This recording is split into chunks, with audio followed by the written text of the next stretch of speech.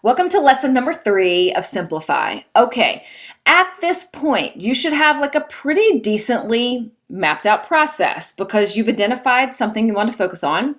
You took that worksheet and you literally wrote it out and you said, these are the things that I do from top to bottom.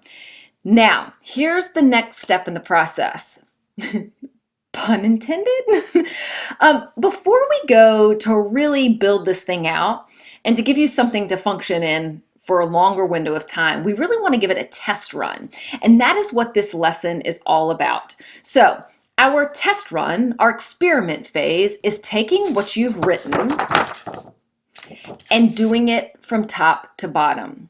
So if I wrote out, and again, we'll play with that example of social media. So if I said that when I do social media, the first thing I do is I look for posts, and I'm trying to move towards doing this on a weekly basis, I would say, all right, today I'm going to do it. I'm going to sit down and I'm going to look for posts. You know I meant look for photos. I'm going to go look for photos, and I'm going to find 7 photos to do 7 posts for this week. You follow me? After I finish that, I'm going to move on and go like, okay, well, the next thing I said I would do is I'm going to write the caption for a week's worth of post. I'm going to sit down and I'm going to just do that. That's it. When I finish that, I'm going to go to that next thing. Oh, I'm going to write the hashtags. I'm going to add those hashtags on, baby. Right. So for each one of these, not only have we identified what we're doing, but we also identified a length of time.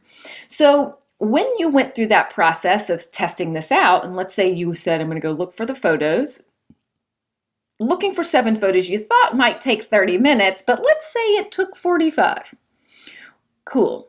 Maybe you need to write, it's going to take 45 minutes in here just to give yourself that window of time. That doesn't mean that forever it's going to take 45 minutes, but I find that it is more productive to give yourself a longer window of time than to give yourself a shorter window of time, because it's going to feel more spacious and a little bit more joyful if you don't feel like you have to race to get it done.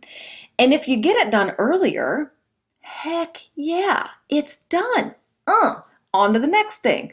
But if you don't, it's okay. So I want you to not grip too hard to length of time, but if something does take a little longer when you do this experiment, this test run, do note the amount of time it actually took. And you can tweak this over time.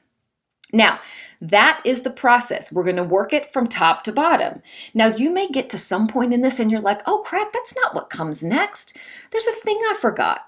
Cool, let's add that in. Or maybe you say, gosh, like that actually feels really inefficient to do it this way. I think I need to reorder these things. Cool, let's go ahead and change it. Now is that window of time where we're just giving it a test run.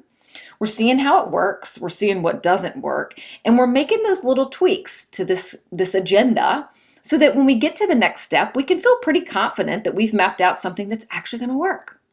Okay, this video is short, because now it's when you got to go do your job. So go test your entire mapped out system, top to bottom, and let's just go see how it works. Make any updates you need to, any little changes along the way. And if you have questions, don't hesitate to reach out. I'm happy to help you any way I can. Then I'll see you in the next lesson, and we're going to start making this thing formal. We're going to map it out. It's going to feel really good. You're going to feel all kinds of professional about it. And you're one step closer to making it so easy to easily repeat this every single day, week, month, on and on. All right, see you there.